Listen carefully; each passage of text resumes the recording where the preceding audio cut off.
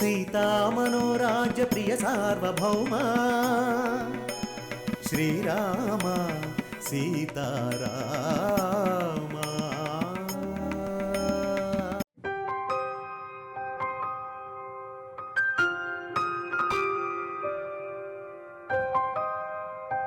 Sir, ఏంటి రవి? ఒకసారి బయటకు వస్తారా? ఎందుకు? రండి సార్, చెప్తాను.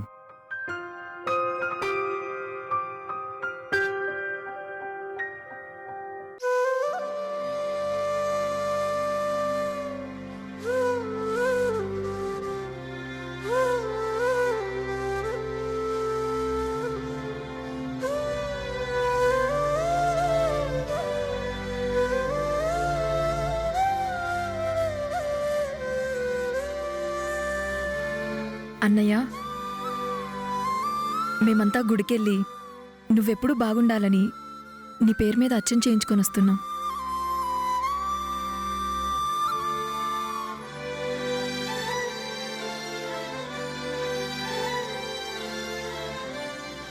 ఏంటమ్మా ఇది? గుడిలో కొలువైన దేవుడి దగ్గరికెళ్ళి మీకోసం పూజ చేయించాను. కానీ మాకు మరో జన్మనిచ్చిన దేవుడు నువ్వే. మమ్మల్ని నువ్వు ఆశీర్వదించు అన్నయ్య. మా మనసులో జన్మనిచ్చిన తల్లిదండ్రులు ఉంటారో లేదో తెలీదు, కానీ మీరు ఉంటారన్నయ్య. జీవితాంతం మిమ్మల్నే గుర్తుంచుకుంటాం. ఈ జన్మంటూ ఉందంటే అది మీ వల్లే అన్నయ్య. మీ వల్లనే మళ్ళీ ప్రపంచాన్ని చూడగలుగుతున్నాం అన్నయ్య.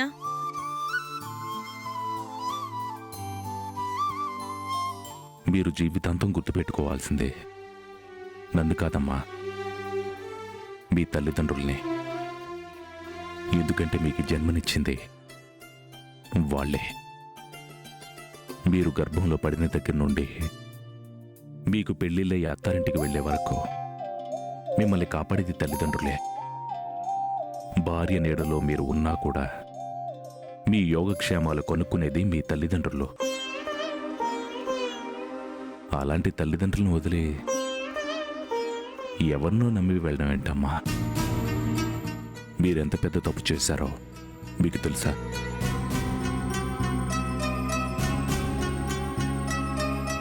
నేనన్నది నిజం, మీరు విన్నదే నిజం. మీరు తప్పు చేశారు. మీరందరూ నన్ను అన్నయ్య అని పిలిచి గొప్ప స్థానంలో నిలబెట్టినందుకు నాకు చాలా సంతోషంగా ఉంది. నన్ను అన్నయ్య అని పిలవడానికి ముందు మీకు ఈ పరిస్థితి రావడానికి కారణం ఎవరో మీ అందరూ ఒక్కసారి ఆలోచించండి.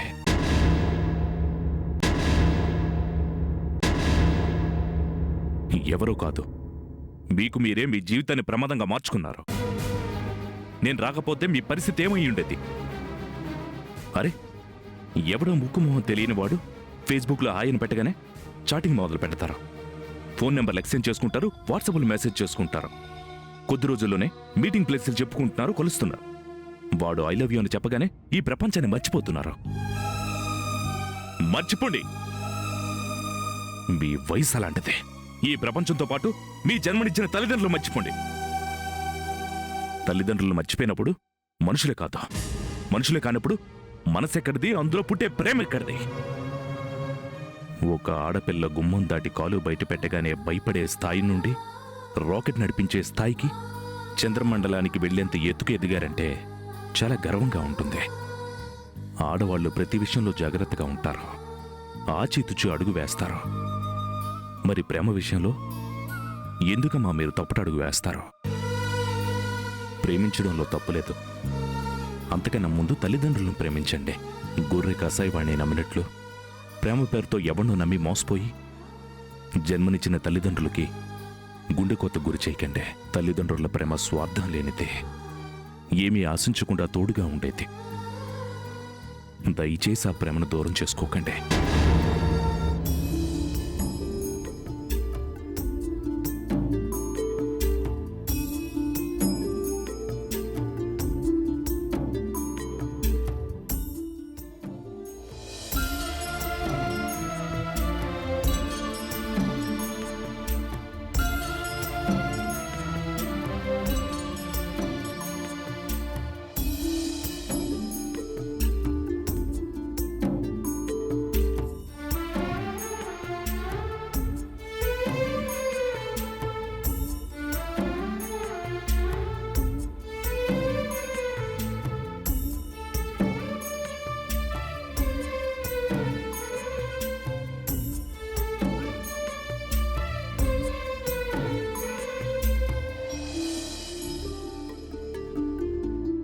అమ్మకు జీవితాంతం అన్న రక్షగా ఉండాలని చెల్లెళ్ళు రాఖీ కడతారు. ఈ రాఖీ ఆ రాఖీ పౌర్ణమి రోజే కట్టాలని లేదు. ఈ రోజు నువ్వు మా జీవితాన్ని కాపాడావు, మాకండగా ఉన్నావు, అందుకే రాఖీ కట్టావన్నయ్యా.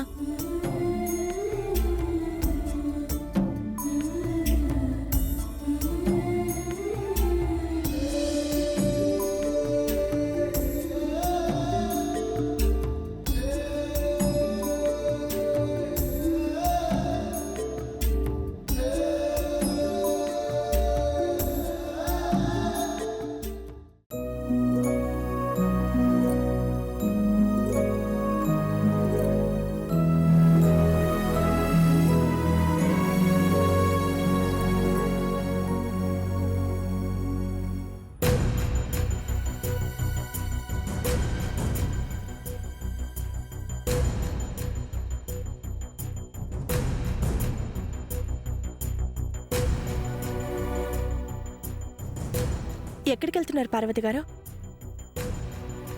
మేము ఈ ఊరు విడిచిపెట్టి వెళ్ళిపోతున్నాం మీనాక్షి. ఇప్పుడు ఏమైందండి పార్వతి గారు? జీవితం అన్నాక అనుకోని సంఘటనలు ఎదురవుతుంటాయి. వాటిని ఎదిరించి పోరాడాలి కానీ భయపడి వెళ్ళిపోతే ఎలా? తులసి డిగ్రీ సెకండ్ ఇయర్ చదువుతోంది. చదువు పూర్తయితే మంచి ఉద్యోగం వస్తుంది. మీరు ఆల్రెడీ ఒక మంచి ఉద్యోగంలో ఉన్నారు. ఇవన్నీ వదిలేసి ఎక్కడికని వెళ్తారు? నా భర్త దగ్గరికి వెళ్తున్నాను. ఏం చెప్తున్నారు పార్వతి గారు? అవునమ్మా, ఇన్ని రోజులు నా భర్తను వదిలిపెట్టి ఒంటరిగా ఉన్నాను. తప్పు చేశానో ఒప్పు చేశానో నాకు తెలీదు. కానీ ఆడది ఒంటరిగా, అదే పెళ్ళిడికొచ్చిన ఆడపిల్లతో జీవితాన్ని గడపడం ఎంత కష్టమో నాకు అర్థమైంది.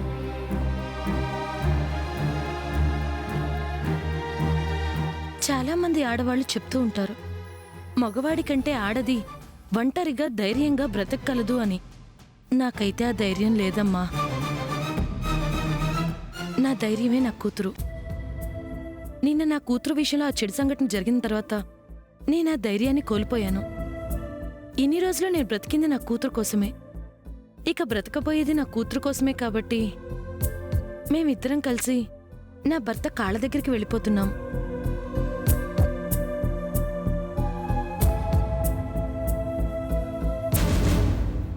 అదేంటి పార్వతి గారు, ఆయన ఏదో తప్పు చేశారని భరించలేక వచ్చేసానన్నారు?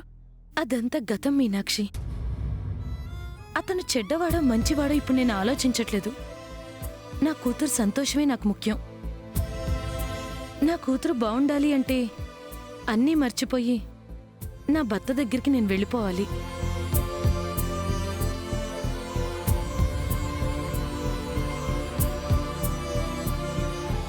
నా జీవితాన్ని కాపాడినందుకు నీకు జీవితాంతం రుణపడి ఉంటానక్కా. మా జీవితాలు కాపాడిన నీకు నేను కూడా 2 చేతులెత్తి దండం పెట్టాలి. వయసులో చిన్నదానివి కాబట్టి అలా చేస్తే ఆయుక్షీణమని దండం పెట్టట్లేదు. వెళ్ళొస్తాను మీనాక్షి, రామ్మా.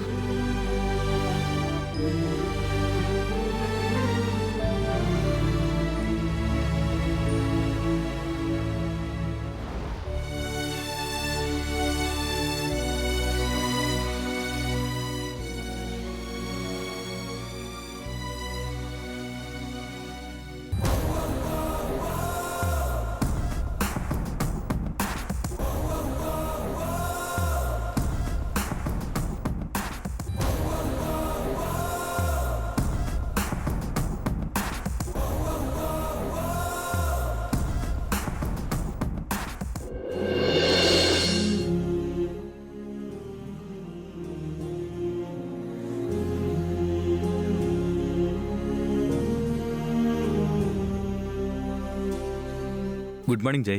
Good morning Ravi uncle. కూర్చో. సీనియర్ ఉన్నారా? ఉన్నారు, ముందు వచ్చి కూర్చో. ఇఫ్ డోంట్ మైండ్ ఒకసారి సీనియర్ పిలుస్తారా? పిలుస్తానుండు. సార్, ఏంటి రవి? జై వచ్చాడు. ఓ, అను కూడా వచ్చి ఉంటుంది. కూర్చోమను, 2 నిమిషాల్లో వచ్చేస్తాను. అను రాలేదు సార్, జై ఒక్కడే వచ్చాడు. అవును సార్, జై మాత్రమే వచ్చాడు. అంతేకాదు సార్, మొట్టమొదటిసారిగా జైని కొత్తగా చూస్తున్నాను. ఏంటి రవి నువ్వు చెప్పేది? ఇంతకు ముందు జైని ఎప్పుడూ అలా చూడలేదు సార్. కోపంగా చూసే కళ్ళల్లో ప్రేమ కనిపిస్తుంది. పొగరగా వచ్చే మాటల్లో గౌరవం కనిపిస్తుంది. ప్రవర్తనలో మర్యాద కనిపిస్తుంది. మొత్తానికి ఈరోజు జై చాలా కొత్తగా కనిపిస్తున్నాడు సార్.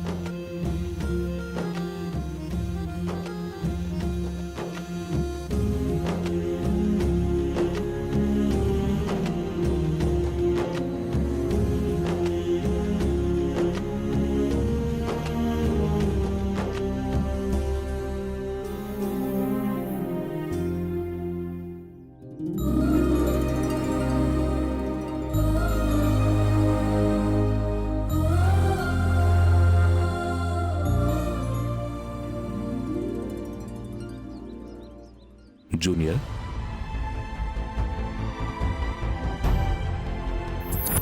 మంచి మనసు అంటే నాది కాదురా, అను స్నేహితుడిది. మన కుటుంబానికి ఆయనకి ఏ జన్మ బంధమో. మనం కష్టాల్లో ఉన్న ప్రతిసారి దేవుడిలా ఆదుకుంటున్నాడు. అన్నిట్లో శక్తిలా అడ్డుపడి మన కుటుంబానికి ఇంత సహాయం చేసిన మహానుభావుడికి 2 చేతులెత్తి నమస్కరించడం తప్ప ఏమీ చేయలేని పరిస్థితి మనది. అలాగే నిల్చున్నావేంటి? కూర్చోలేకపోయావా?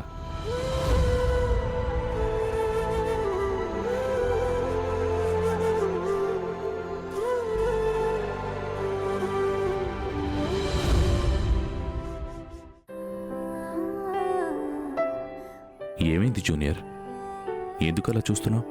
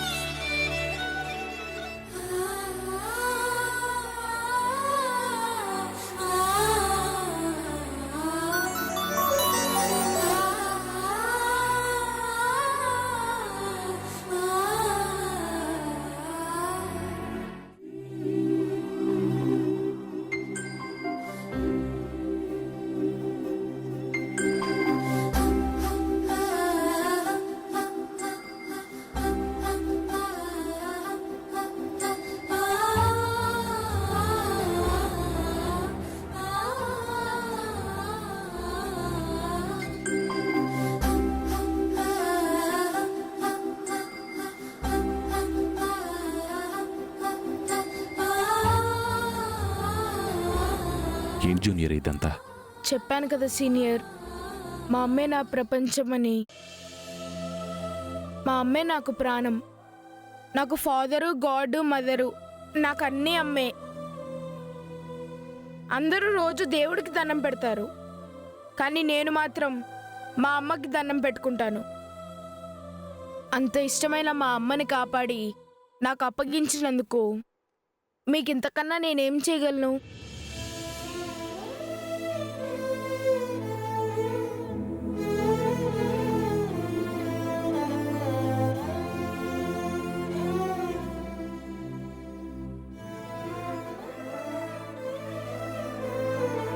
కూర్చో. చూడు జూనియర్, మీ అమ్మగారిని నేను కాపాడాను అనేదానికన్నా నువ్వే కాపాడుకున్నావు అనటం కరెక్ట్. ఎందుకంటే మీ అమ్మగారిని ఎవరో కట్టేసినప్పుడు ఎంతో ధైర్యం చేసి సహాయం కోసం నా దగ్గరకు వచ్చావు. నీ తెలివితో ఫేస్బుక్లో విక్రమ్ని ట్రాప్ చేశావు. నువ్వు వాళ్ళ తెలివిగా ధైర్యంగా ప్రవర్తించుండకపోతే మీ అమ్మగారు వాళ్ళతో పాటు అమ్మాయిల్ని కాపాడేవాడినే కాదు. So the entire credit goes to you junior. లేదు సీనియర్, నేను మీతో చాలాసార్లు కోపంగా ప్రవర్తించాను. మీరు అదేం మనసులో పెట్టుకోకుండా పెద్ద సహాయం చేశారు. ఇక నుండి నన్ను కూడా అనుని పిలిచినట్టు ఫ్రెండ్ అని పిలవచ్చు కదా. నో జూనియర్, నేను నిన్నెప్పటికీ జూనియర్ అనే పిలుస్తాను. నువ్వు నన్నెప్పటికీ సీనియర్ అనే పిలవాలి. మనమిద్దరం అలా పిలుచుకుంటేనే బాగుంటుంది. రవి కూడా నాకు చాలాసార్లు చెప్పాడు, మన మాట, నడక, నడవడిక, ప్రవర్తన, పొగరు అన్నీ ఒకేలా ఉంటాయని. అది నిజం. మనం వీటిని మార్చుకోకూడదు. నువ్వు నాకెప్పటికీ జూనియర్వే, నేను నీకెప్పటికీ సీనియర్నే. Okay senior. That's good. Ravi, junior Horlicks తీసుకునిరా. జూనియర్ కొలతలు గుర్తున్నాయి కదా? గుర్తుంది sir. 1 spoon Horlicks, 1/2 spoon sugar. సరే సార్. ఇప్పుడు ఆ కొలతలు పనిచేయరు సీనియర్. ఎందుకు? ఇప్పుడు హార్లిక్స్ బదులు అభిమానం, షుగర్ బదులు ప్రేమ.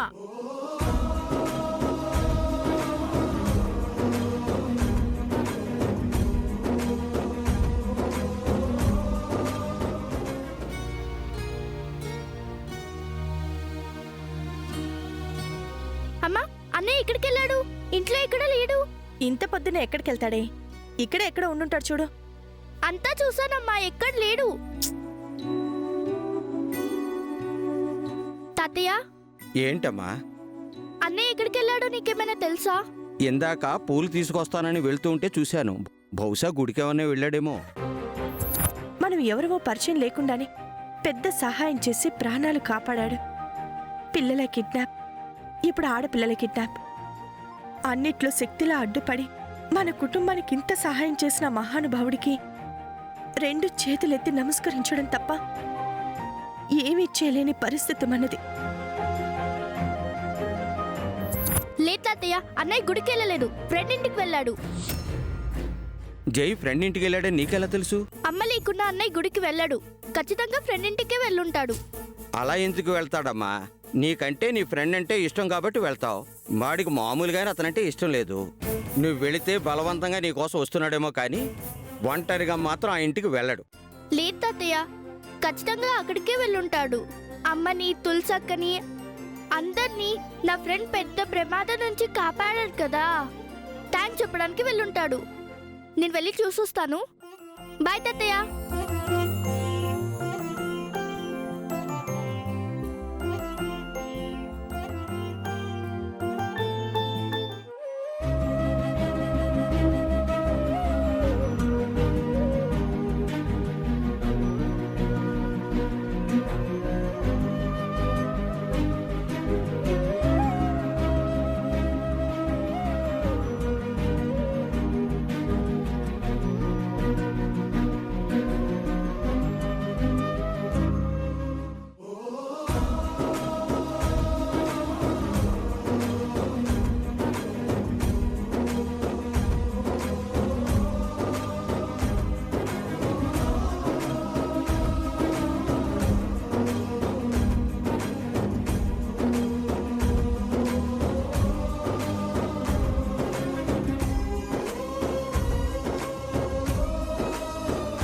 Good morning friend.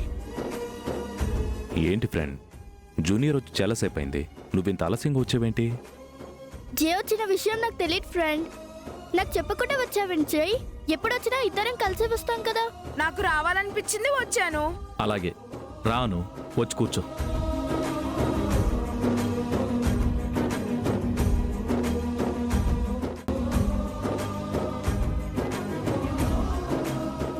Good step.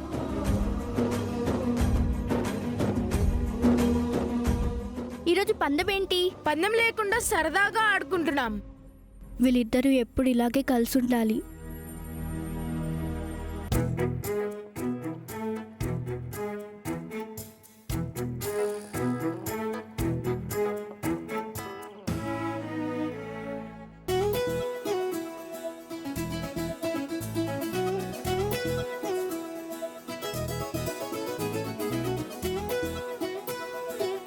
మీరిద్దరు చెస్ ఆడుతున్నారా?